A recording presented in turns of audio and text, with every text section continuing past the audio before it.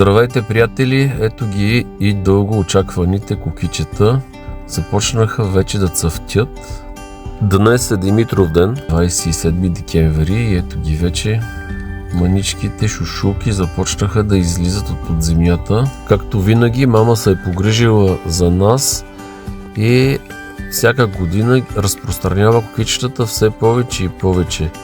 Разсажда ги из целия двор, за да може ние да си берем кукичета лично от нашата градина.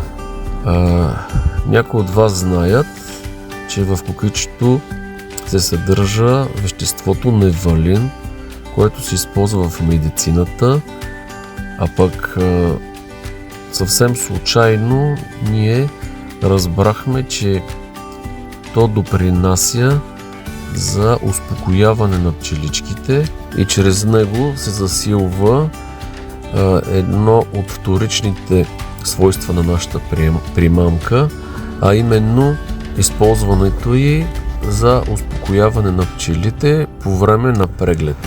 Едно-две напръсквания върху рамките дава на пчеларя много голямо спокойствие и работата с пчеличките става много приятна.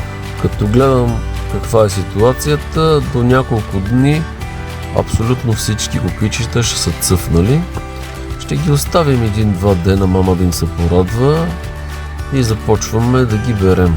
Правим така: 100 бройки цвят от кукичета, или ако са дребнички 110-120 броя, в литър водка.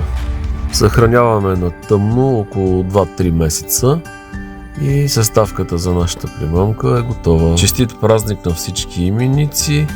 Бъдете живи и здрави! Радвайте се на хубавите мигове по време на тези хубави празници и до нови срещи!